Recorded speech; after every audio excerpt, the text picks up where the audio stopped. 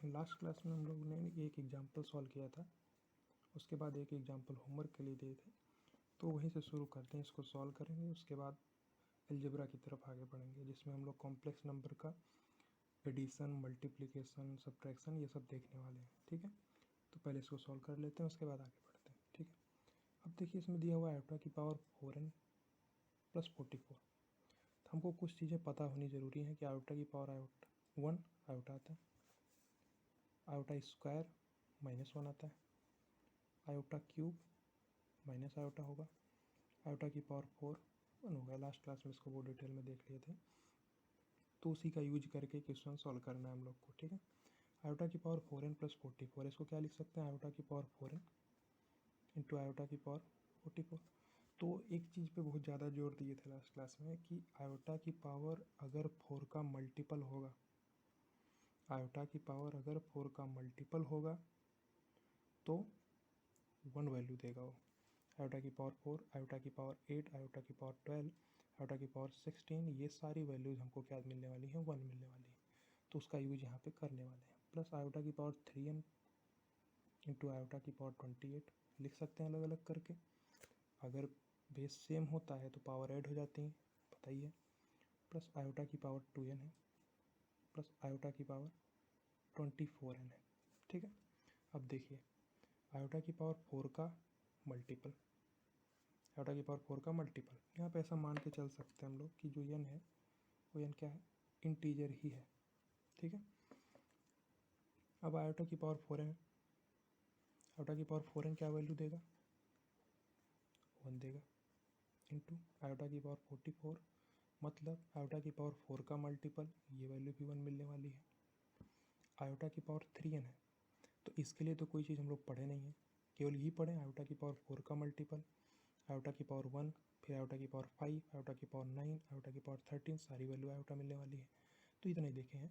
अब आयोटा की power 3n के लिए कुछ नहीं देखे हैं, तो इसको और सिंप्लीफाई करने के लिए हम लोग क्या कर सकते हैं, आयोटा क्यूब की पावर n लिख सकते हैं इसको, इंटू आयोटा की पावर 4 का मल्टीपल है, वैल्यू 1 दे देगा, प्लस आयोटा की पावर 2n, इसके लिए भी कुछ ऐसा नहीं देखें हम लोग, आयोटा की पावर 4n देखें, 4n + 1 देखें, 4n + 2 देखें, 4n + 3 देखें, और 2n टाइप का नहीं देखें। आयोटा की स्क्वायर की पावर n लिखा जा सकता है इसको, प्लस ये आयोटा की पावर 4 का मल्टीपल, वैल्यू 1 मिल जाएगी हमको। ठीक है, तो ये सिंपली 1 हो गया। अब आयोटा क्यूब क्या होता है, माइनस का आयोटा होता है, तो माइनस आयोटा की power n into 1, plus iota square क्या होता है, -1 होता है, -1 की पावर n +1, क्या आ गया, 1 + 1 2, 2 प्लस माइनस आयोटा की पावर n प्लस -1 की पावर n। ठीक है, बस इससे ज़्यादा इसको सिंप्लीफाई नहीं कर सकते, जो कि n के बारे में कोई इन्फॉर्मेशन नहीं दी गई है, तो यही हमारा आंसर हो जाएगा। ठीक है, इसमें थोड़ा और भी दिमाग लगा सकते थे, यहाँ पे 2-3 टाइप के केस बना के देख सकते हैं। चलो एक केस बना के देख लेते हैं हम लोग, एक केस बना के देख लेते हैं कि n को हम लोग ले लेते हैं इवन। ठीक, अगर n इवन हुआ तो माइनस आयोटा की पावर n, आयोटा की पावर इवन, तो इसके लिए कोई एकदम स्पेसिफिक चीज़ तो फिक्स नहीं है कि आयोटा की पावर इवन यही वैल्यू होने वाला, बट यहाँ पे -1 की पावर अगर इवन होगा, -1 की पावर अगर इवन होगा तो ये वैल्यू हमको +1 मिलने वाली है। ठीक है, n को इवन डालेंगे तो क्या हो जाएगा 2, प्लस ये हो जाएगा माइनस आयोटा की पावर n, ये तो एज इट इज़ रहेगा। अगर n इवन हुआ तो माइनस का पावर इवन वो प्लस बन जाएगा और आयोटा की power n as it is बना रहेगा। ठीक है, अब देखिए प्लस क्या है, -1 की पावर n, -1 की पावर 2, -1 की पावर 4, -1 की पावर 6, -1 की पावर 8, इस टाइप के नंबर्स आएंगे जो कि इवन होंगे, तो ये वैल्यू हमको क्या मिलेगी, 1 मिलेगी। ठीक है, और ये इसी को और क्या सिंप्लीफाई करके लिख सकते हैं, 3 प्लस माइनस आयोटा की पावर n। अब n इवन है तो माइनस आयोटा की पावर n का मतलब क्या होता है, -1 की पावर n इंटू आयोटा की पावर n, अलग अलग करके लिख सकते हैं। और -1 की पावर n मतलब n तो इवन है, n अगर इवन है तो ये वैल्यू +1 मिलने वाली है, तो ये क्या लिख सकते हैं इसको, 3 प्लस आयोटा की पावर n। ठीक है, सिंप्लीफाई करके लिख सकते हैं, जब हमारा n क्या था, इवन था। एक केस और बना के लिख सकते हैं, दूसरा केस बना लो, n को हम क्या ले सकते हैं, ऑड ले सकते हैं। ठीक है, अगर n हमारा ऑड होगा तो क्या हो जाएगा 2, प्लस माइनस आयोटा की पावर n तो है ही, और प्लस ये अगर n ऑड हुआ, अगर ऑड हुआ यानी -1 की पावर 3, -1 की पावर 5, ये सारी वैल्यूज़ हमको क्या देने वाली है, -1 नेगेटिव नंबर है, 1 माइनस का 1, और 1 होता है 1 की पावर 2 3 4 5 कुछ भी 1 वैल्यू मिलने वाली थी, लेकिन -1 था।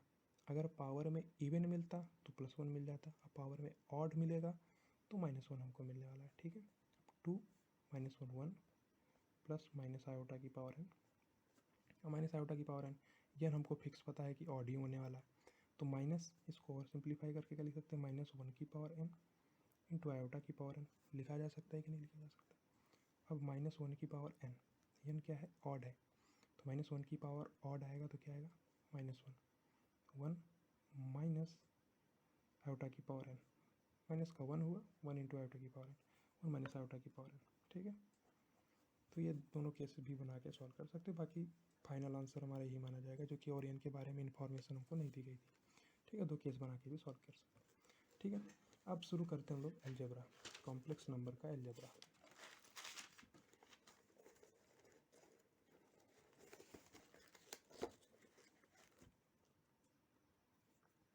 ठीक है, शुरू करते हैं हम लोग कॉम्प्लेक्स नंबर का अलजेब्रा। तो सबसे पहला पॉइंट हम लोग इसमें स्टार्ट करेंगे, क्या सबसे पहला पॉइंट है एडिशन का। अभी ये सब केवल थ्योरी वाला पार्ट है, तो बहुत आसान सी चीज़ें हैं, कुछ टर्मिनोलॉजी है, थोड़ा सा उनको नाम याद रखना है उन सब चीज़ का। इस सब के बाद आगे क्वेश्चन पे जब मूव करेंगे तो क्वेश्चन की प्रैक्टिस भी ढेर सारी की जाएगी। अभी बेसिक चीज़ें हैं, इनको जानते हुए आगे बढ़ना है। ठीक, अब एडिशन मतलब कि दो कॉम्प्लेक्स नंबर, मान लो हमारे पास एक Z1 कॉम्प्लेक्स नंबर दिया गया है a प्लस आयोटा b, एक दूसरा हमको कॉम्प्लेक्स नंबर दिया गया है Z2 जो कि है c प्लस आयोटा d। तो दोनों किस प्रकार से जुड़ते हैं। ठीक है, तो किसी भी ये ध्यान रखना कि कोई भी दो कॉम्प्लेक्स नंबर अगर जुड़ रहे हैं तो उनका रियल पार्ट से जुड़ेगा और उनका इमेजनरी पार्ट से जुड़ेगा।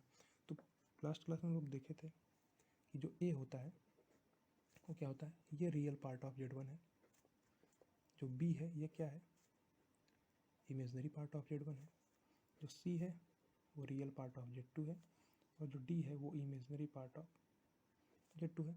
इस चीज़ को हम लोग देखे थे। अब अगर दोनों को जोड़ना है हमको, मतलब Z1 प्लस Z2 हमको करना है, तो जो इसका रियल पार्ट है, रियल पार्ट Z1 का प्लस रियल पार्ट Z2 का हो जाएगा, और plus iota times real part of Z1, imaginary part of Z1 plus imaginary part of Z2 हो जाएगा, सिंपल।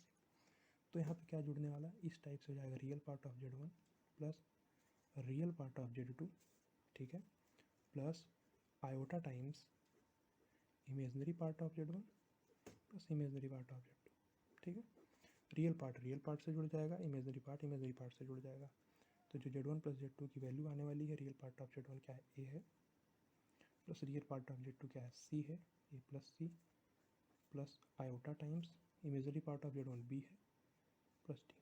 ठीक है, सिंपल सी बात है, कॉम्प्लेक्स नंबर ऐसे ही ऐड होते हैं। ठीक है, एक एग्जांपल लेके भी देख सकते हो। मान लो हमारे पास एक कॉम्प्लेक्स नंबर Z1 दिया गया है 2 प्लस 3 आयोटा, और एक Z2 हमको दिया हुआ है 3 प्लस 1 आयोटा।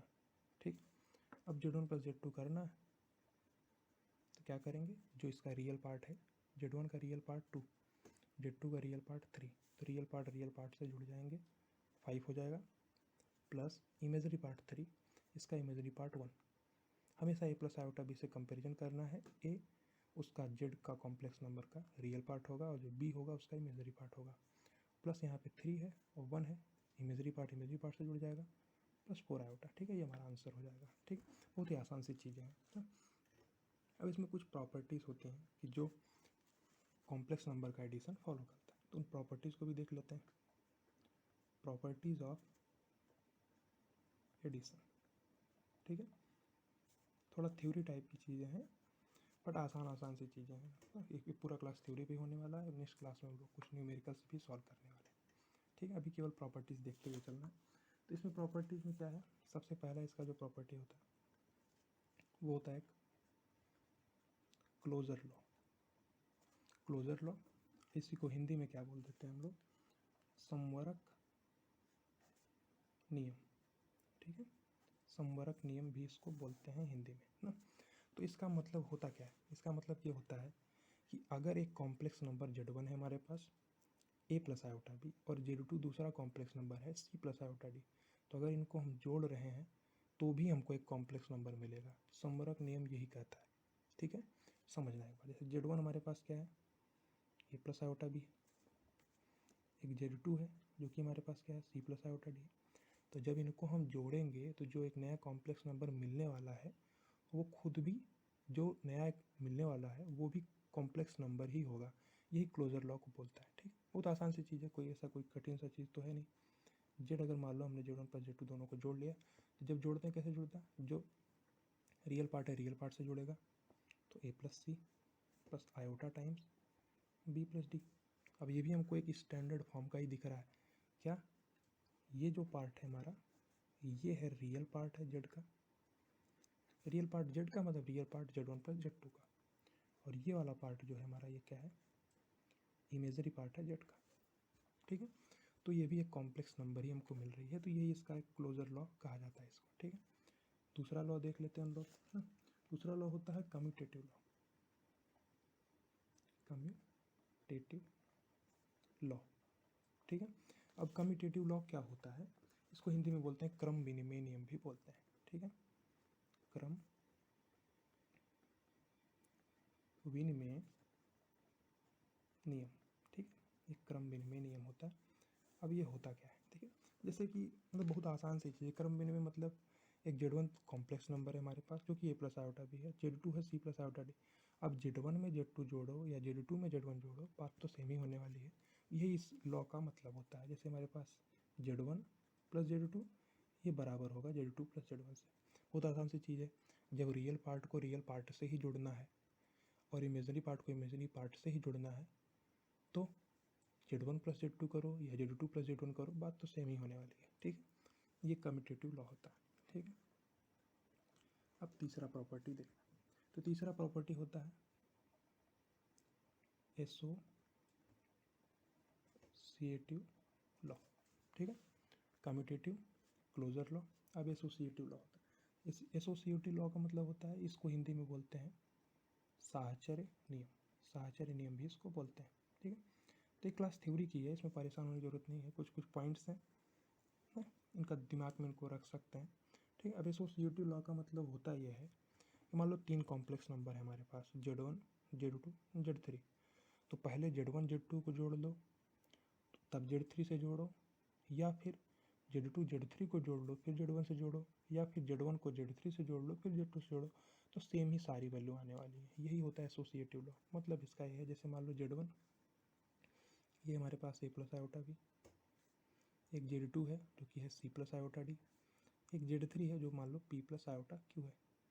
अब इनको हमको जोड़ना है, इनको ना, मान लो हमको करना है Z1 plus Z2 plus Z3 हमको करना है। तो हमारे पास तीन रास्ते हो सकते हैं कि पहले Z1 और Z2 को जोड़ दें तब Z3 से जोड़ें, या एक रास्ता और है Z1 plus Z2 plus Z3 है, Z2 और Z3 को जोड़ दें उसके बाद उनको Z1 से जोड़ें, ठीक है। एक रास्ता और भी हो सकता है कि पहले Z1 और Z3 को ही जोड़ दें प्लस फिर Z2 से जोड़ें। ये तीनों रास्ते हो सकते हैं, इनके अलावा चौथा रास्ता नहीं मिलेगा हमको ना, क्योंकि हम लोग भी जानते Z1 plus Z3 plus Z1 के बराबर है, जो कि कम्यूटेटिव लॉ कहता है ऊपर में, ठीक। तो यही चीज़ है, इसी को एसोसिएटिव लॉ बोलते हैं, इसको साहचर्य नियम भी बोलते हैं, ठीक है। बस एक पॉइंट है, उसके अलावा और कुछ नहीं है। अब एक चौथा पॉइंट इसमें और आता है, एडिटिव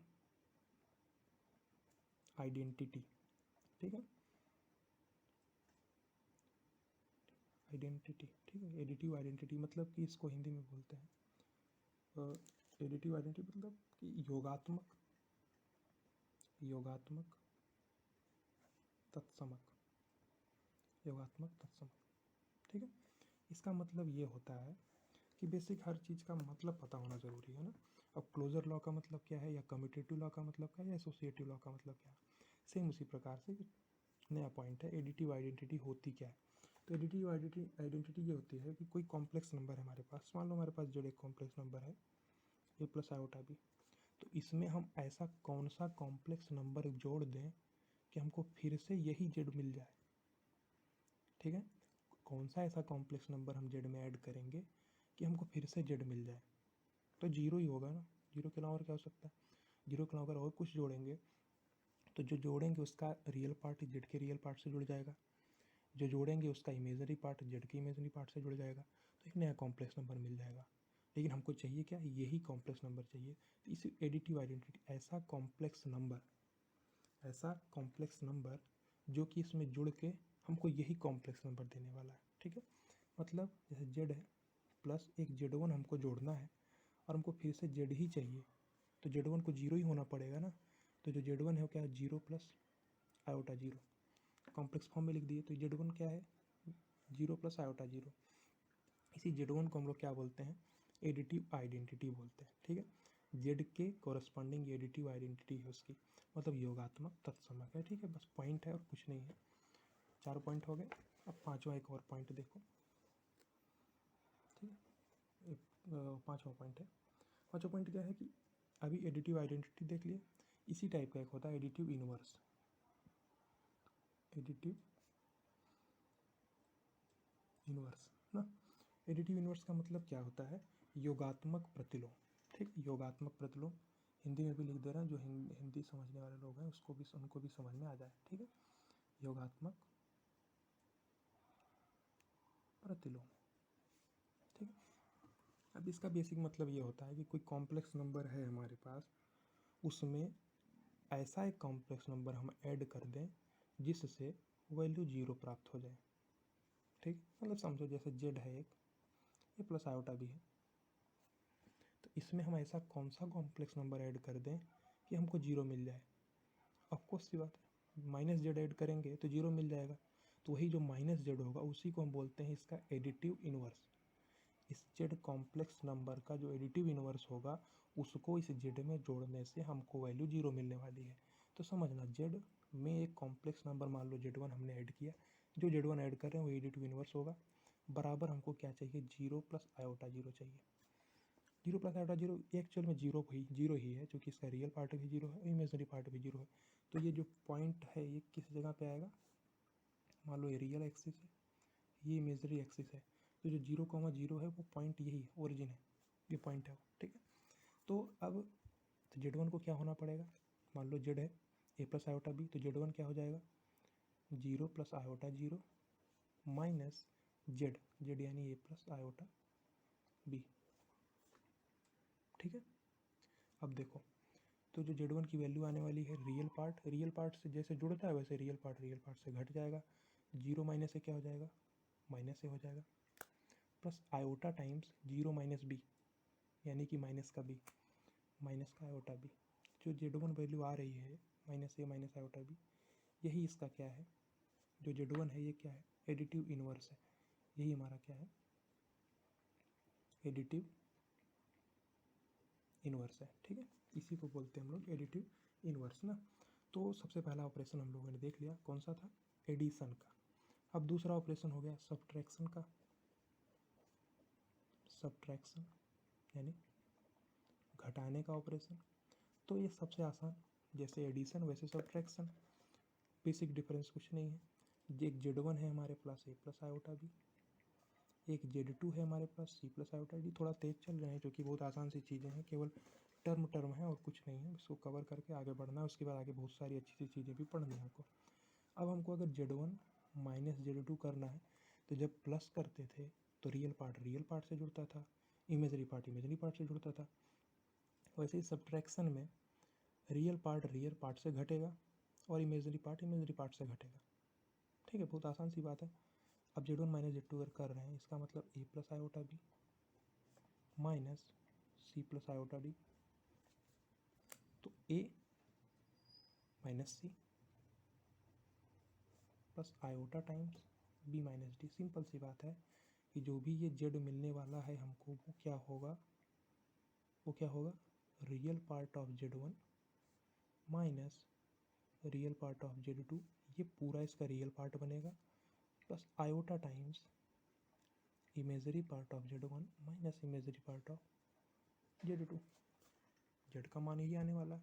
बेसिक सा मतलब, जैसे एडिशन वैसे सब्ट्रैक्शन। वहाँ पे रियल पार्ट से जुड़ता था, यहाँ पे रियल पार्ट से घट जाएगा। वहाँ पे इमेजरी पार्ट से जुड़ता था, यहाँ पे इमेजिनरी पार्ट से घट जाएगा। तो लेकिन यहाँ पे एक और इम्पॉर्टेंट पॉइंट हमको याद रखना ज़रूरी है कि वहाँ पे एक लॉ हुआ करता था। वहाँ पे एक लॉ हुआ करता था, क्या था हमारा वो? Closure law. फिर एक कम्यूटेटिव लॉ था। लेकिन जो कम्यूटेटिव लॉ था उसका मतलब था Z1 प्लस Z2 ये बराबर होगा Z2 प्लस Z1 के। लेकिन ये चीज़ हमारा सब्ट्रैक्शन में फॉलो नहीं होने वाला, ठीक है। सब्ट्रैक्शन में Z1 प्लस Z2 करेंगे, Z1 माइनस Z2 करेंगे, अलग वैल्यू आएगी, और Z2 माइनस Z1 करेंगे, अलग वैल्यू आएगी। ये पॉइंट को हमको याद रखना, ठीक है। अब देख लेते हैं नेक्स्ट हमारा एप्लीकेशन क्या है। तीसरा पॉइंट एडिशन देख लिया हम लोगों ने, सब्ट्रैक्शन देख लिया। अब हम लोग के पास बच रहा है मल्टीप्लिकेशन। तो कॉम्प्लेक्स नंबर का गुणा कराना बहुत आसान, नॉर्मल जैसा बीजगणित में हम लोग करते हैं वही चीज़ हमको करनी है। एक Z1 है हमारे पास, a प्लस आयोटा बी। एक Z2 है हमारे पास, c प्लस आयोटा डी। यहाँ पे ये नहीं सोचना है कि रियल पार्ट से मल्टीप्लाई होगा और इमेजरी पार्ट से मल्टीप्लाई होगा। ठीक, गलती हम लोग यहाँ पे करने वाले हैं, तो उसको यहाँ पे लिख देते हैं हम क्या, कि जो Z आने वाला है हमारा Z1 इंटू Z2, ये लिख के गलत काट देंगे तो दिमाग में आपके रहेगा, कभी जब रिवाइज करेंगे आप तो समझ में आ जाएगा कि यहाँ पे गलती क्या है, ठीक है।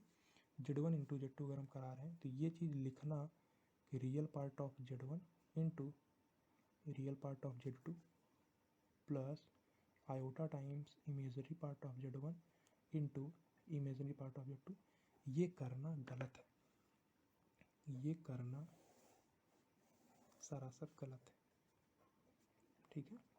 ये पाप है, ये पाप नहीं करना हम लोग को, ठीक है। अब देखते हैं कि और क्या हो सकता है। Z1 इंटू Z2 बनने क्या वाला है। मान लो Z हमने यहाँ पर लिख दिया, Z1 इंटू Z2 करना है, वो क्या होगा, a plus iota B into C plus iota D. जब जुड़ना था तो रियल पार्ट से जुड़ गया, इमेजरी पार्ट से जुड़ गया। जब घटना था तो रियल पार्ट से घट गया, इमेजरी पार्ट से घट गया। लेकिन मल्टीप्लिकेशन में ऐसा नहीं होता। अब देखो सिंपल सी बात है, ए प्लस आयोटा बी, ये मल्टीप्लिकेशन तो छोटे बच्चे भी कर लेते हैं, बहुत आसान सा मल्टीप्लिकेशन होता है। ए का मल्टीप्लिकेशन कराओ पहले सी में, ए सी, प्लस ए का मल्टीप्लिकेशन आयोटा डी में कराओ, क्या हो जाएगा, A iota D, plus iota B का मल्टीप्लिकेशन सी में कराओ, iota B C, plus iota B का मल्टीप्लिकेशन आयोटा डी में कराओ, क्या हो जाएगा, आयोटा स्क्वायर बी डी, ठीक है। ये जेड हमको मिलने वाला। यहाँ पे ए सी और ए सी हो गया, और आयोटा स्क्वायर की वैल्यू क्या मिलने वाली है हमको, -1 मिलने वाली है। आयोटा स्क्वायर की वैल्यू -1 ही होती है, तो A C minus of B D, ये जेड का रियल पार्ट बन गया, प्लस आयोटा अगर ले लेंगे कॉमन तो A D plus B C हमको मिल जाएगा, जो कि ये इसका इमेजरी पार्ट है। ये हमारा क्या है, real part of Z1 into Z2 है, ये रियल पार्ट ऑफ Z है। ये क्या है, imagery part of Z1 into Z2 है, या इमेजरी पार्ट ऑफ Z है। बहुत आसान है, ऐसे मल्टीप्लिकेशन कराना होता है, ठीक है। अब इसके बाद हम लोग देख लेते हैं मल्टीप्लिकेशन हो गया। अब जैसे एडिशन देखने के बाद हम लोगों ने कुछ नियम देखे थे, उसके लॉ क्या क्या होते हैं, क्या प्रॉपर्टी होती है, उसी की तरह मल्टीप्लिकेशन में भी लॉ होते हैं, उनको देख लेते हैं। जैसे यहाँ पे क्लोजर लॉ था, कम्यूटेटिव था, एसोसिएटिव था, एडिटिव, आइडेंटिटी यहाँ पे आ रहा तो वहाँ पे मल्टीप्लिकेटिव आइडेंटिटी आएगा। तो ये सारी प्रॉपर्टीज सेम चलने वाली हैं। तो सिंपल सा एक जल्दी में देख लेते हैं आसान से। क्या इसमें पहला क्या हम लोग को देखना, क्लोजर लॉ। अब ये क्लोजर लॉ वहाँ पे हम लोग उसका हिंदी लिख चुके हैं, यहाँ पे नहीं लिखने वाले। तो क्लोजर लॉ का मतलब यही है कि जैसे Z1 एक कॉम्प्लेक्स नंबर है, Z2 भी दूसरा कॉम्प्लेक्स नंबर, इनका मल्टीप्लिकेशन कराएंगे तो एक कॉम्प्लेक्स नंबर ही मिलने वाला है। ये भी एक क्या होगा, कॉम्प्लेक्स नंबर होगा। यही क्लोजर लॉ का मतलब है, आसान सी बात है। जैसे वहाँ पे एडिशन होने पे हो रहा था, वैसे यहाँ पे मल्टीप्लिकेशन होने पे हो रहा है। सेम उसी प्रकार से यहाँ पे कम्यूटेटिव भी है, कम्यूटेटिव लॉ। जैसे वहाँ पे Z1 प्लस Z2 बराबर Z2 प्लस Z1 हो रहा था, वैसे ही Z1 इंटू Z2 जो है वो Z2 इंटू Z1 के बराबर होगा। इसी को कम्यूटेटिव लॉ बोल रहे हैं, ठीक है, आसान सी बात है। तीसरा पॉइंट यहाँ पे है, तीसरा पॉइंट है एसोसिएटिव लॉ। ये सारा पहले देख चुके हैं, थोड़ा जल्दी जल्दी चल रहे हैं इस वजह से। Closure law, commutative law, associative law. Associative law का मतलब वहाँ पे देखे थे हम लोग, Z1 में Z2 जोड़ो, उसके बाद Z3 जोड़ो, या फिर पहले Z2 और Z3 को जोड़ लो फिर Z1 से जोड़ लो। तो 3 पॉसिबिलिटी हो सकती थी, सबसे रिजल्ट सेम ही आने वाला। प्रूफ भी हम लोग कर सकते हैं, पहले Z1 को A प्लस आयोटा B मान लो, Z2 को C प्लस आयोटा D मान लो, Z3 को P प्लस आयोटा Q मान लो। अब किन्हीं दो को जोड़ के तीसरे से जोड़ोगे तो सेम ही रिजल्ट आने वाला है, जो कि सबका रियल पार्ट जुड़ेगा प्लस आयोटा टाइम सबका इमेजरी पार्ट जुड़ेगा, तो रिजल्ट सेम ही आने वाला। अब देखो एसोसिएटिव लॉ का मतलब क्या होता है, जैसे वहाँ पे था Z1 plus Z2 plus Z3 वाला, वैसे यहाँ पे Z1 into Z2 into Z3 है। अब Z1 इंटू Z2 पहले करा लो, फिर Z3 से मल्टीप्लाई कराओ, या फिर Z1 Z2 इंटू Z3 करा लो, फिर Z1 से मल्टीप्लाई कराओ। बहुत आसान सी चीज़ है। इसको A प्लस आयोटा B मानो, इसको C प्लस आयोटा D मानो, इसको P प्लस आयोटा Q मानो, सॉल्व कर डालो, रिजल्ट सेम ही आने वाला है। ठीक है, एसोसिएटिव लॉ मतलब यही होता है। अब चौथा प्रॉपर्टीज, जैसे वहाँ पे हम लोग देखे थे क्या था, एडिटिव आइडेंटिटी था, वैसे यहाँ पे क्या हो जाएगा, मल्टीप्लिकेटिव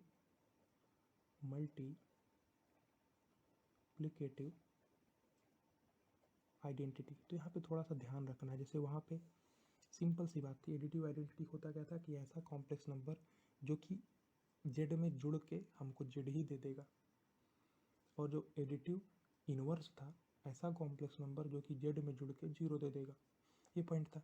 यहाँ पे क्या होता है, जो मल्टीप्लिकेटिव आइडेंटिटी होती है कि जेड में ऐसा कॉम्प्लेक्स नंबर का मल्टीप्लिकेशन हो कि हमको जेड मिल जाए।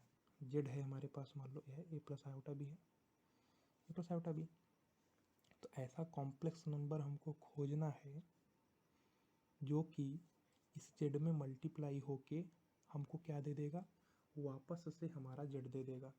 तो वो क्या हो सकता है कि किसी नंबर में किसी चीज़ का मल्टीप्लाई कराना है, हमको फिर से वापस वही नंबर चाहिए, तो उस नंबर को 1 ही होना पड़ेगा, सिंपल सी बात है। तो इस जेड में अगर हम 1 plus iota zero, 1 plus iota zero का मतलब ये है 1 इसका रियल पार्ट है, इमेजरी पार्ट नहीं है कुछ इसका, तो डायरेक्ट 1 भी लिख सकते हैं या 1 प्लस आयोटा जीरो भी लिख सकते हो, दोनों बात सेम ही होगी। तो ये हमको जेड ही मिलेगा। तो जो 1 प्लस आयोटा जीरो है इसका, यही हमारा क्या है, मल्टीप्लिकेटिव आइडेंटिटी है। ठीक है, मल्टीप्लिकेटिव आइडेंटिटी है, पॉइंट है और कुछ नहीं है इसमें। पांचवा एक पॉइंट और इसमें बच रहा है, जैसे वहाँ पर हम लोग एडिटिव इनवर्स देख रहे थे वैसे, ठीक है, जैसे वहाँ पे हम लोग ने एडिटिव इनवर्स देखा था वैसे उसी टाइप के यहाँ पे होता है मल्टीप्लिकेटिव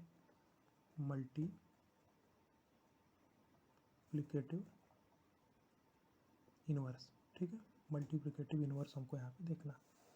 वहाँ पे एडिटिव इनवर्स था, वैसे यहाँ पे मल्टीप्लिकेटिव इनवर्स। एडिटिव इनवर्स का मतलब क्या था, एडिटिव इनवर्स का मतलब ये था कि कॉम्प्लेक्स नंबर कोई है जेड हमारे पास, उसमें ऐसा कौन सा कॉम्प्लेक्स नंबर हम जोड़ दें ला के कि वैल्यू हमको जीरो मिल जाए। लेकिन यहाँ पे थोड़ा उल्टा होता है, यहाँ पे थोड़ा उल्टा ये होता है, कुछ कॉम्प्लेक्स नंबर है जेड हमारे पास, उसमें हम ऐसा कौन सा कॉम्प्लेक्स नंबर मल्टीप्लाई कराएं जिससे हमको वैल्यू 1 मिले। वहाँ पे जीरो था, यहाँ पे 1 चलता है। ठीक, तो देख लेते हैं उसको। जैसे जेड हमारे पास है, ये प्लस आयोटा भी है, इसमें ऐसा कौन सा कॉम्प्लेक्स नंबर मल्टीप्लाई करेंगे कि हमको 1 प्लस आयोटा जीरो मिल जाएगा। ठीक है, तो ऐसा सिंपल सी बात है, जेड है इंटू Z1 करना है, हमको क्या चाहिए, 1 प्लस आयोटा जीरो चाहिए कि नहीं चाहिए, 1 प्लस आयोटा जीरो चाहिए। तो जो Z1 हो जाएगा 1 plus iota zero upon Z होगा, आसान सी बात है।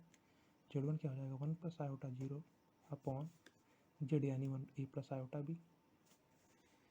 Z1 की वैल्यू हमको निकालनी है, इसका रेशनलाइजेशन कर सकते हैं।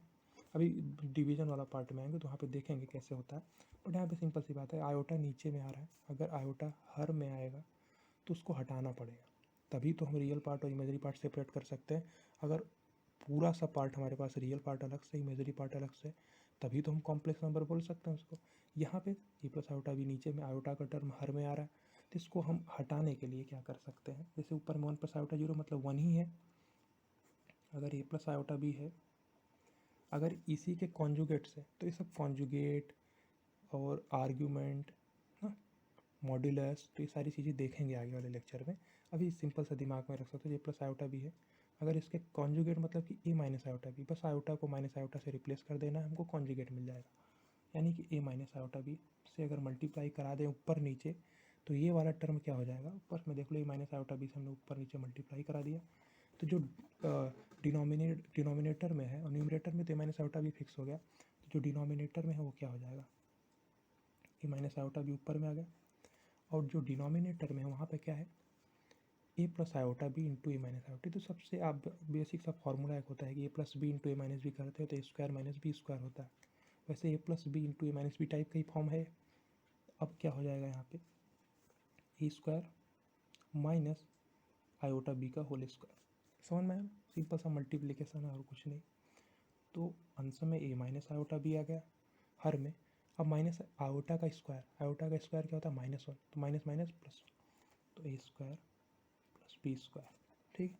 जो Z1 है ये क्या हो जाएगा A upon A square minus B square, अलग अलग करके लिख दो, minus iota times B upon A square plus B square. ये Z1 हमको मिल गया, यही Z1 हमारा क्या है, यही पूरा Z1 जो है मल्टीप्लिकेटिव इनवर्स है, ठीक है। और जो ये टर्म है ये हमारा मल्टीप्लिकेटिव इनवर्स का रियल पार्ट है, ये मल्टीप्लिकेटिव इनवर्स का इमेजनरी पार्ट है, real part of Z1, imaginary part of Z1। और Z1 क्या है, मल्टीप्लिकेटिव इनवर्स है, ठीक है। इतना पार्ट तक तो क्लियर हम लोगों ने कर लिया। अब एक पॉइंट और देख लेते हैं हम लोग, जैसे सबसे पहले हम लोग देखकर क्या देखें, एडिशन देखें, एडिशन की प्रॉपर्टीज़ देखें। अब उसके बाद हम लोग क्या देखें, सब्ट्रैक्शन देखें, मल्टीप्लिकेशन देखें, मल्टीप्लिकेशन की प्रॉपर्टी देखें। सब्ट्रैक्शन एडिशन के पैरेलल ही चलता है, बट जो यहाँ पे कम्यूटेटिव लॉ था वो यहाँ पे फॉलो नहीं होगा, क्लोजर लॉ फॉलो हो जाएगा। क्लोजर लॉ फॉलो इसलिए हो जाएगा कि Z1 में Z2 जोड़ोगे तो कॉम्प्लेक्स नंबर, Z1 में Z2 घटाओगे तो भी कॉम्प्लेक्स नंबर, ठीक है। तो मल्टीप्लिकेटिव इनवर्स हम लोग देख लिया। अब हमारा एक चौथा ऑपरेशन हो गया जो कि होगा डिवीज़न का ऑपरेशन, ठीक है, डिवीज़न का ऑपरेशन। अब जैसे ऊपर तक के लिए था, जो यहाँ पे यूज किया हम लोगों ने यूज किया, अगर हर में या डिनोमिनेटर में हमको कॉम्प्लेक्स टर्म दिखेगा तो उसको हटाने के लिए हम लोग क्या यूज करने वाले हैं, उसी के कॉन्जुगेट से मल्टीप्लाई करा देंगे, तो हर में हमको केवल एक कांस्टेंट टर्म मिलने लगेगा या रियल वैल्यू मिलने लगेगी जो कि इमेजरी नहीं कंटेन कर रही होगी, ठीक है। इसी वजह से हम लोग रैशनलाइजेशन करते हैं। मान लो हमारे पास एक Z1 है, ए प्लस आयोटा बी, एक Z2 है सी प्लस आयोटा डी। अब मान लो हमको क्या निकालना है, Z1 अपॉन Z2। ये अभी शुरुआत की चीज़ें हैं, बहुत ही बेसिक चीज़ें हैं, यहाँ पे केवल ए प्लस आयोटा बी मान के चल रहे हैं। आगे और नई नई चीज़ें आएंगी, पोलर फॉर्म आएगा, डी मोवियट थ्योरम आएगा, आयलर फार्मूला आएगा, तो जो नई नई चीज़ें आएंगी उन सब से क्वेश्चन करना और आसान हो जाएगा। अभी यहाँ पे बेसिक सी चीज़ें केवल ए प्लस आयोटा बी ही चल रहा है शुरू से लेकर अभी तक, इसी पे फोकस करना है हम लोग को, ठीक है। अब Z1 अपॉन Z2 करना है तो A plus iota B upon C plus iota D करना। अब हर में आयोटा का टर्म आ रहा है तो इसको हटाना पड़ेगा, क्योंकि हमको रियल पार्ट सेपरेट करना है। मान लो कि Z आने वाला है Z1 अपॉन Z2, हमको रियल पार्ट सेपरेट करना है Z का और इमेजरी पार्ट सेपरेट करना है Z का, तो इसलिए हमको इसका क्या कराना पड़ेगा, सी प्लस आयोटा डी के कॉन्जुगेट से ऊपर नीचे मल्टीप्लाई कराना पड़ेगा। सी माइनस आयोटा डी से ऊपर भी मल्टीप्लाई करा दो और C plus iota D into C minus iota D से नीचे भी मल्टीप्लाई करा दो, तो Z हमारा क्या हो जाएगा, अंश का सिंपल सा मल्टीप्लिकेशन, मल्टीप्लाई करा दो, ए का सी से multiplication, A C minus A iota D plus iota B C. अब फिर प्लस इंटू माइनस माइनस आएगा, आयोटा स्क्वायर क्या होता है -1, तो एक प्लस बन गया यानी बी डी, ठीक है। अपॉन में C plus iota D into C minus iota D मतलब कि C square plus D square. थोड़ा फास्ट कर दिया क्योंकि ऊपर में देख चुके हैं उस चीज़ को।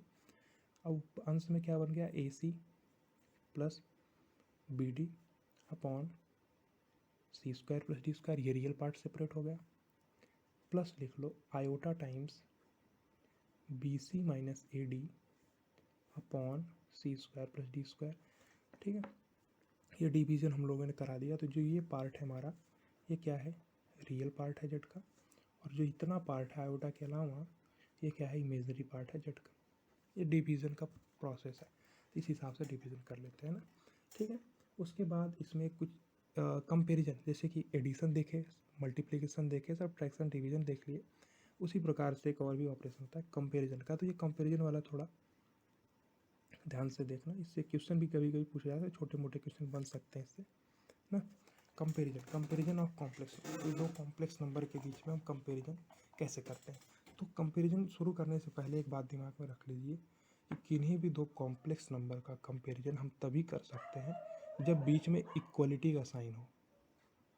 क्या बोले हम कि दो कॉम्प्लेक्स नंबर का कंपैरिजन तभी कर सकते हैं जब उनके बीच में एक इक्वलिटी का साइन हो। अगर ग्रेटर देन या लेस देन ये टाइप का साइन है तो हम कंपैरिजन नहीं कर सकते।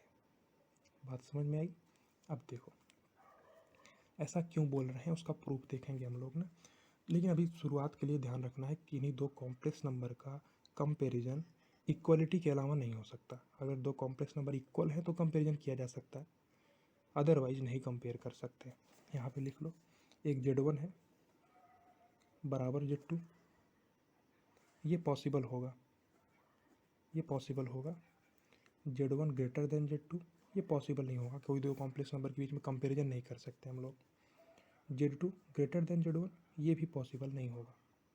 ठीक है, इतना पॉइंट को हमको याद रखना है कि दो कॉम्प्लेक्स नंबर के बीच में कंपैरिजन तभी कर सकते हैं जब बीच में इक्वलिटी का साइन हो। ठीक है, तो सिंपल सी बात है। अब मान लो कोई Z1 है हमारे पास, ए प्लस आयोटा भी है, Z1 है ए प्लस आयोटा भी, और एक Z2 है जो कि है C प्लस आयोटा डी। तो कोई भी मान लो हमको Z1 बराबर Z2 करना है, तो Z1 बराबर Z2 तभी होगा जब इसका रियल पार्ट इसके रियल पार्ट के बराबर हो जाए और इसका इमेजरी पार्ट इसके इमेजरी पार्ट के बराबर हो जाए। और कोई चांस नहीं है इसमें, रियल पार्ट को रियल पार्ट के ही बराबर होना पड़ेगा, इमेजरी पार्ट को इमेजरी पार्ट के ही बराबर होना पड़ेगा।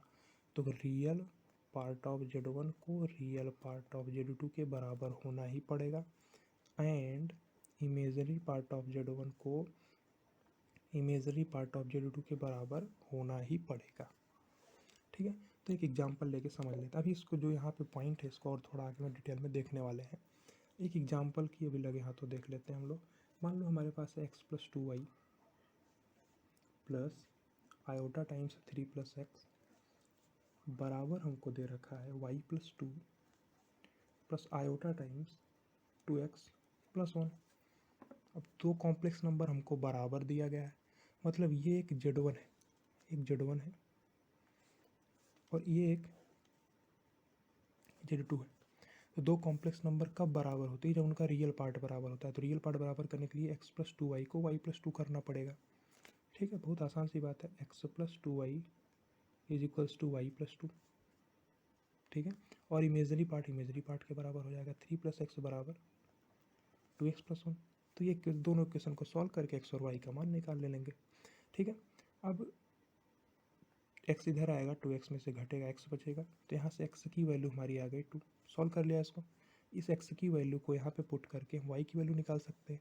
2y में से गया y, वो is equals to 2 minus X है, यानी 2 माइनस 2 इज इक्वल्स टू 0। तो x की वैल्यू आ गई 2 और y की वैल्यू आ गई 0।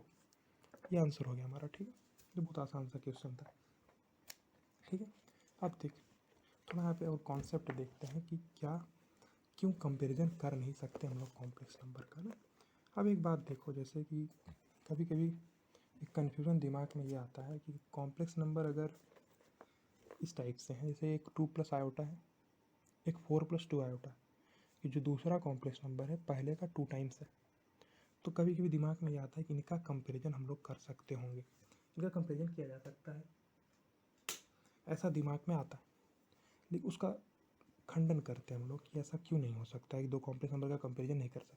जैसे मान लो हमारे पास एक है 2 + आयोटा, एक Z1 एक कॉम्प्लेक्स नंबर है हमारे पास, एक Z2 कॉम्प्लेक्स नंबर है जो इसका 2 टाइम्स ही है, 4+2 आयोटा।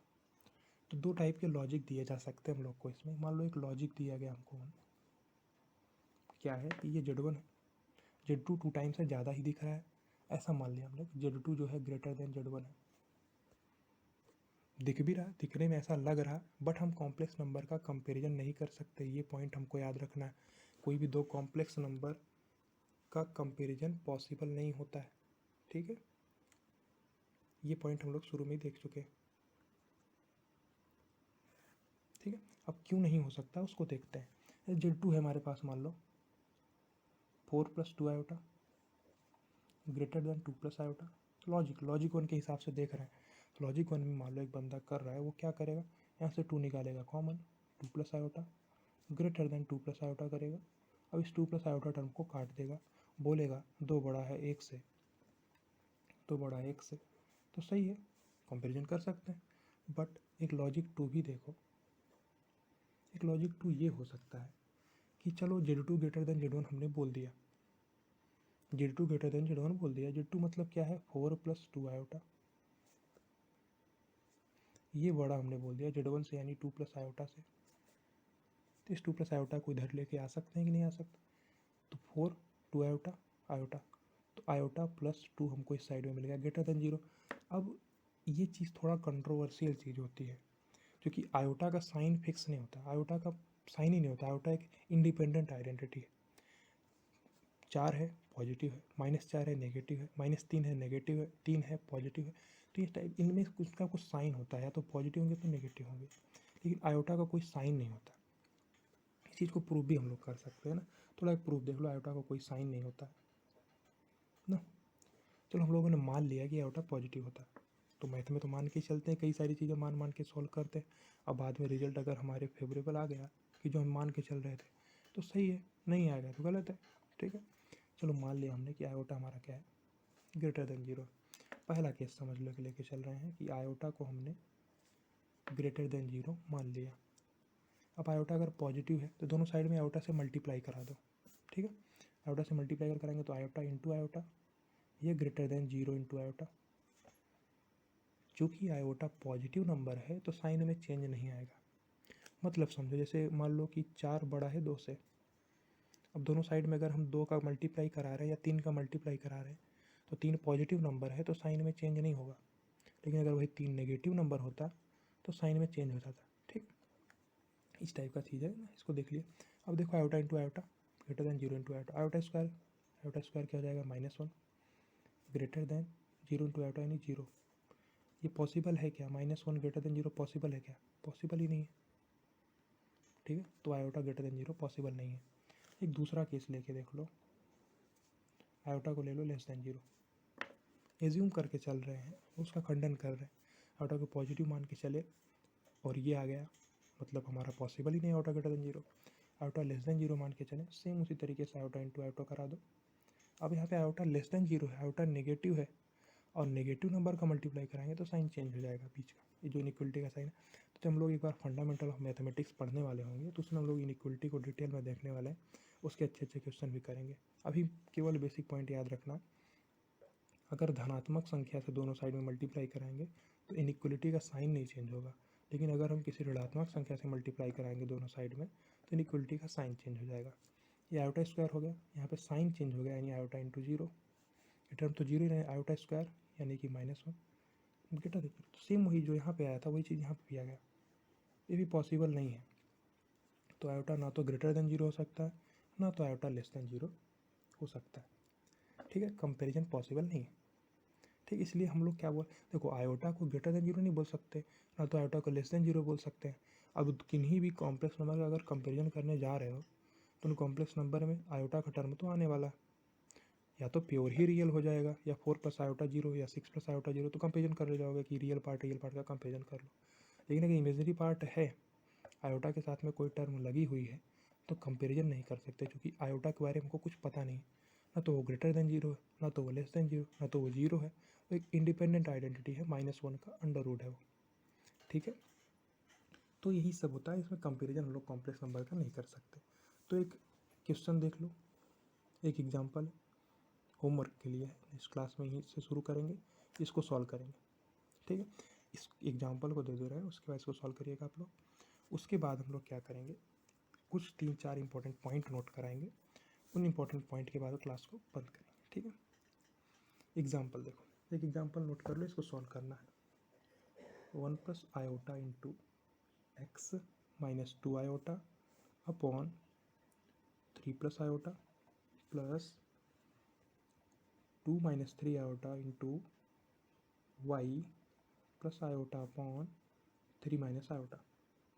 ये बराबर अगर आयोटा के है क्वेश्चन को ध्यान से देख लो ना, स्क्रीनशॉट भी ले सकते हैं। ठीक है, क्वेश्चन है 1 plus iota X minus 2 iota upon 3 plus iota 2 minus 3 iota into Y plus iota upon 3 minus iota. Iota बहुत ज़्यादा हो गया है, तो इसमें आपको केवल कैलकुलेशन करनी है, थोड़ा दिमाग लगा के कैलकुलेशन करना है। और फिर उसके बाद हमको क्या करना है, find value of X and Y. ठीक है, ये होमवर्क है आपके लिए, इसको सॉल्व करिएगा। नेक्स्ट क्लास में यहीं से शुरू करेंगे, और कुछ इंपॉर्टेंट पॉइंट भी नोट करा देते हैं आपको, जो कि बहुत ज़्यादा इंपॉर्टेंट पॉइंट है। ठीक है, नोट करिएगा इंपॉर्टेंट पॉइंट, नोट पॉइंट लगा के लिख सकते हैं या इंपॉर्टेंट पॉइंट लगा के लिख सकते हैं। चलो, इंपॉर्टेंट पॉइंट्स। अब उन इंपॉर्टेंट पॉइंट्स में सबसे पहला पॉइंट एक ये है कि हम किन्हीं दो कॉम्प्लेक्स नंबर का कंपैरिजन तब तक नहीं कर सकते जब तक उनके बीच में इक्वलिटी का साइन ना हो। ये तो पहले ही बता चुके हैं, यहाँ पे लिख भी देते हैं क्या, we can not compare to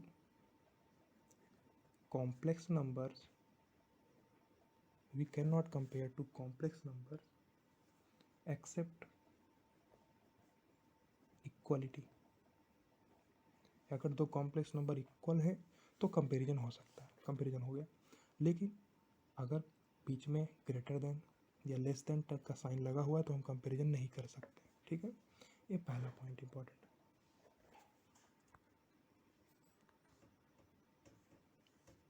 ठीक है, तो दूसरा एक पॉइंट होता है कि under root of A into under root of B is equals to under root of A B. ये देखने में तो लग रहा है कि लिख सकते हैं हमेशा ही, बट हमेशा पॉसिबल नहीं होता। ये कब कब पॉसिबल होता है, is possible only if at least one, अब इसको समझाते हैं क्यों ऐसा हो रहा है, वही लिख लेते हैं। Is possible only if at least one of A and B, मतलब ए और बी में से कम एक इज नॉन ज़ीरो। ठीक है, under root of A into under root of B is equals to under root of A B. ये तभी possible है जब ए और बी में से कम एक नॉन ज़ीरो हो। ठीक है, अदरवाइज पॉसिबल नहीं होगा ये। ठीक है, अब देख लेते हैं, चलो एक एग्जांपल लेके देखते हैं। मान लो कि हमारे पास ए है 2, बी है -3। इसमें क्या बोला है, एटलीस्ट वन नॉन ज़ीरो होना चाहिए। ये नॉन ज़ीरो है, एक नॉन ज़ीरो है। नॉन ज़ीरो नहीं बोलना चाहिए, यहाँ पे नॉन नेगेटिव बोलते हैं, नॉन ज़ीरो नया टर्म, गलत टर्म है, नॉन नेगेटिव बोलना, नॉन नेगेटिव। ठीक है, ये हमने 2 ले लिया और बी हमने -3 ले लिया। तो ये एक पॉजिटिव टर्म है और ये एक नेगेटिव टर्म है, मतलब ये नॉन नेगेटिव टर्म है। एक तो है, एक केस और लेके देखो, ए इज इक्वल्स टू -2 ले लो, बी इज इक्वल्स टू -3, दोनों ही नेगेटिव ले लिया। वहाँ पे क्या बोला था, एटलीस्ट वन नॉन नेगेटिव, ए और बी में से कम एक हो जो कि नॉन नेगेटिव हो। यहाँ पे दोनों ही नेगेटिव हो चुके हैं, ये केस इसको अपोज कर रहा है। एक और केस लेको देख लो, या हो सकता है कि दोनों को ही पॉजिटिव ले लो, equal to 2, B is equals to 3। तो जो हमारा स्टेटमेंट है उस स्टेटमेंट को वेरीफाई करते हैं हम लोग कि under root of A into under root of B केवल तब वैलिड रहेगा under root of A B के, जब तक ए और बी में से कम एक नॉन नेगेटिव रहेगा। ठीक है, अब देखो यहाँ पे क्या है, एक कम से कम एक नॉन नेगेटिव है ये, तो 2 under root of 2 into under root of, अगर हम -3 कर रहे हैं तो ये समझो इसको ध्यान से कि इसका मतलब क्या होने वाला है। तो ये under root of A B बन जाएगा, 2 इंटू -3 बन जाएगा, यानी कि अंडर रूट ऑफ -6। ठीक है, ये हो जाएगा। ये स्टेटमेंट को ध्यान से पढ़ना, under root of A into under root of B, under root of A B के तभी वैलिड होगा जब तक ए और बी में से कम एक है जो कि नॉन नेगेटिव होगा। इसको इस टाइप से भी देख सकते थे, क्या है, अंडर रूट ऑफ 2 था ये इंटू अंडर रूट ऑफ -3 का मतलब क्या है, -1 का under root into under root 3, -1 का under root into under root 3। सही है, अब -1 का अंडर रूट ही हमारा आयोटा होता है, आयोटा इंटू √3 इंटू √2 हमेशा ही √6 होगा, क्योंकि दोनों ही क्या है, नॉन ज़ीरो हैं, तो आयोटा √6। ये वैल्यू भी हमारी आयोटा रूट 6 ही है। ठीक है, इसको फर्स्ट मान लो, इसको सेकंड मान लो, इसको थर्ड मान लो। ठीक है, अब सेकंड स्टेटमेंट को एक बार देखो। फर्स्ट स्टेटमेंट हमने देख लिया, अब सेकंड स्टेटमेंट को देखना ना। सेकंड स्टेटमेंट ये कह रहा है कि दोनों ही नेगेटिव हो चुके हैं, लेकिन किस स्टेटमेंट में क्या था कि कम से कम एक हो जो कि नॉन नेगेटिव हो। यहाँ पे दोनों ही नेगेटिव हैं, तो ये वैलिड नहीं होने वाला है। इसको प्रूव करके देख लेते हैं। -2 का अंडर रूट इंटू -3 का अंडर रूट। अगर हम लोग ऐसा करते हैं कि -2 इंटू -3 का अंडर रूट कर दिए, यानी कि -6 का अंडर रूट कर दिए, तो ये गलत हो जाएगा। अब ये क्यों गलत होता है, प्रूफ करके देख सकते हैं कि -2 क्या है, -1 का अंडर रूट इंटू 2 का अंडर रूट है कि नहीं। -3 क्या है, -1 का अंडर रूट इंटू 3 का अंडर रूट। -1 का अंडर रूट मतलब आयोटा, -1 का अंडर मतलब आयोटा, तो आयोटा इंटू आयोटा यानी आयोटा स्क्वायर। ठीक है, इंटू √2 इंटू √3 हमेशा √6 होगा, जो कि दोनों ही नॉन नेगेटिव हैं। √6 आयोटा स्क्वायर क्या होता है, -1 होता है। ये आ गया माइनस का √6। ये वैलिड है हमारा, ये सही है, ये आंसर है। बट ये स्टेटमेंट वैलिड नहीं है, ये स्टेटमेंट वैलिड नहीं है। अब तीसरा पॉइंट देख लो। अगर दोनों ही पॉजिटिव हैं तो √2 इंटू √3 ये √6 हो जाएगा। बेशक इसमें कोई दिक्कत ही नहीं, आसानी से हो जाएगा। अब देखो यहाँ पे क्या देखे थे कि एट लीस्ट एक ए और बी में से कोई एक हो जो कि नॉन नेगेटिव हो। ये मस्ट, तभी ये हमारा सेटिस्फाई होगा। या तो दोनों ही नॉन नेगेटिव हो जाए या कोई एक ए या बी में से नॉन नेगेटिव हो, तभी √A तो √B बराबर √A भी होगा। ठीक है, ये स्टेटमेंट देख लिया ना। अब एक और स्टेटमेंट आगे चल के देख लेते हैं।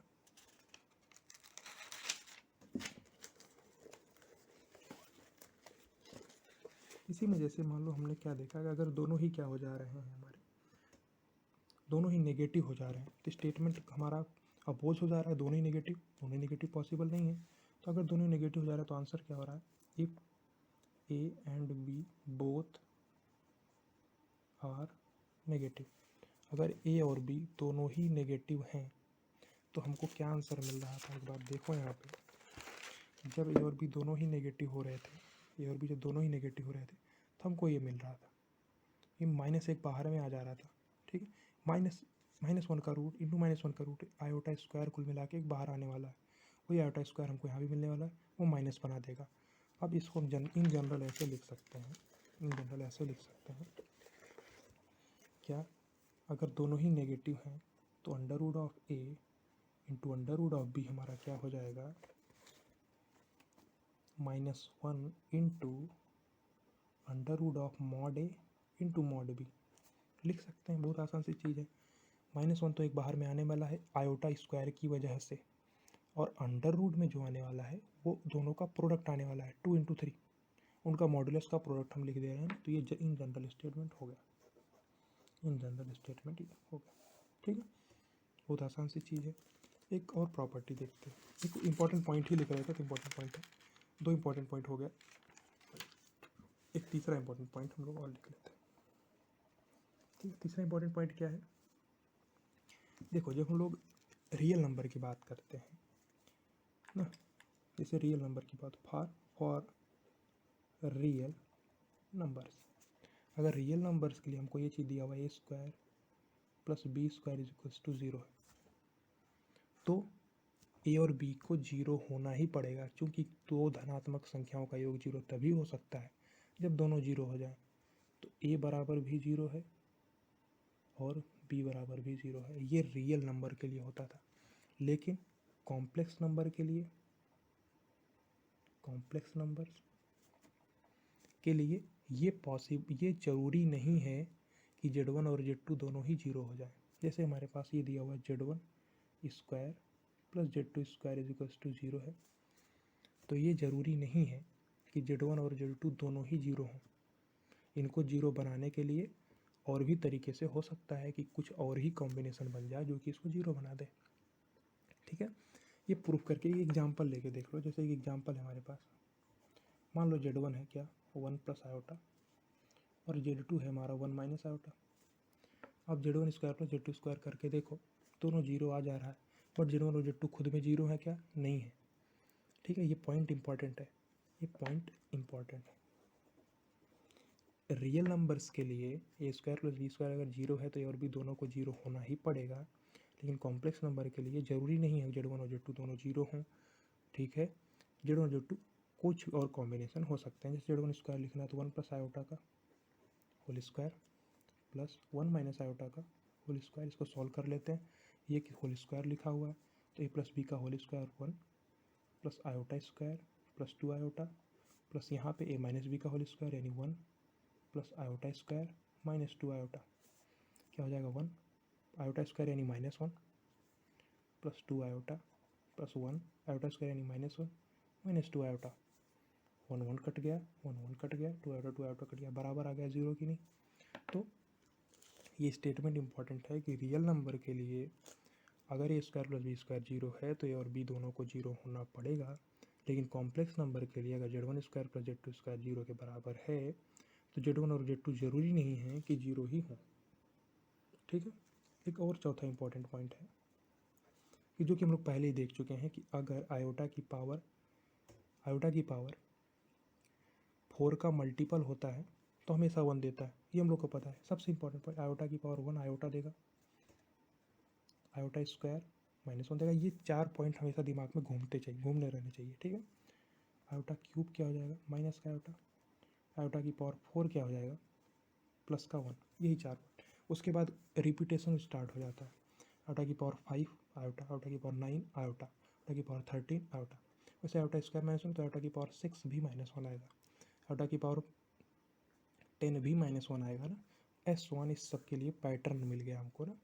तो यहाँ पे आयोटा की पावर पॉजिटिव इंटीजर दिख रहा है, आयोटा की पावर केवल पूर्णांक की बात ही कर रहे हैं अभी। तो आयोटा की पावर नेगेटिव में पूर्णांक भी हो सकता है, जैसे मान लो कि आयोटा की पावर -2, ये भी तो पॉसिबल है। आयोटा की पावर -4, ये भी तो पॉसिबल है। आयोटा की पावर -3, ये भी तो पॉसिबल है। तो ये सी चीज़ें आएंगी तो इनको हम अपने डिजायर्ड फॉर्म में कन्वर्ट कर लेंगे। ये क्या लिखा हुआ, 1 प्लस आयोटा का स्क्वायर ही तो लिखा हुआ है। अपॉन में इस आयोटा का स्क्वायर लिख सकते हैं इसको, वैसे इसको भी लिख सकते हैं 1 अपॉन आयोटा की पावर 4 या 1 अपॉन आयोटा की पावर 3। और 1 अपॉन आयोटा स्क्वायर मतलब आयोटा स्क्वायर क्या होता है, -1 होता है, यानी 1 अपॉन -1। आयोटा की पावर 4 क्या होता है, 1 होता है, यानी 1 अपॉन 1। 1 अपॉन आयोटा क्यूब क्या होता है, माइनस का आयोटा होता है, 1 अपॉन माइनस आयोटा। तो ये वैल्यू हमको -1 मिल गई, ये वैल्यू 1 मिल गई, और ये वैल्यू क्या होगी, -1 अपॉन आयोटा, -1 अपॉन आयोटा। मतलब ऊपर नीचे आयोटा का मल्टीप्लाई करो, जब जब हर में आयोटा का टर्म आएगा तो उसको हटाने के लिए हमको उसके कॉन्जुगेट से मल्टीप्लाई कराना पड़ेगा। मतलब आयोटा अगर ऊपर नीचे हम आयोटा से मल्टीप्लाई करा दें तो क्या हो जाएगा, ये आयोटा स्क्वायर -1 बना देगा हमको। ठीक है, मेन हम लोग का टारगेट क्या होता है कि डिनोमिनेटर से आयोटा का टर्म हट जाए, उसको हटाने के लिए आयोटा से ऊपर नीचे मल्टीप्लाई करा देंगे, माइनस आयोटा ऊपर आ जाएगा, अपॉन में आयोटा स्क्वायर क्या हो जाएगा, माइनस का 1 माइनस आयोटा अपॉन -1 यानी आयोटा। ठीक है, तो देखिए इसकी वैल्यू ये मिल गई, इसकी वैल्यू ये मिल गई, इसकी वैल्यू ये मिल गई। तो यहाँ पे जो ये चौथा पॉइंट है, वे चारों चीज़ें तो हमको चारों चीज़ें पहले ही पता थी, तो ये सब भी पता कर सकते हैं तो आसानी से, तो ये तो पता ही होता है।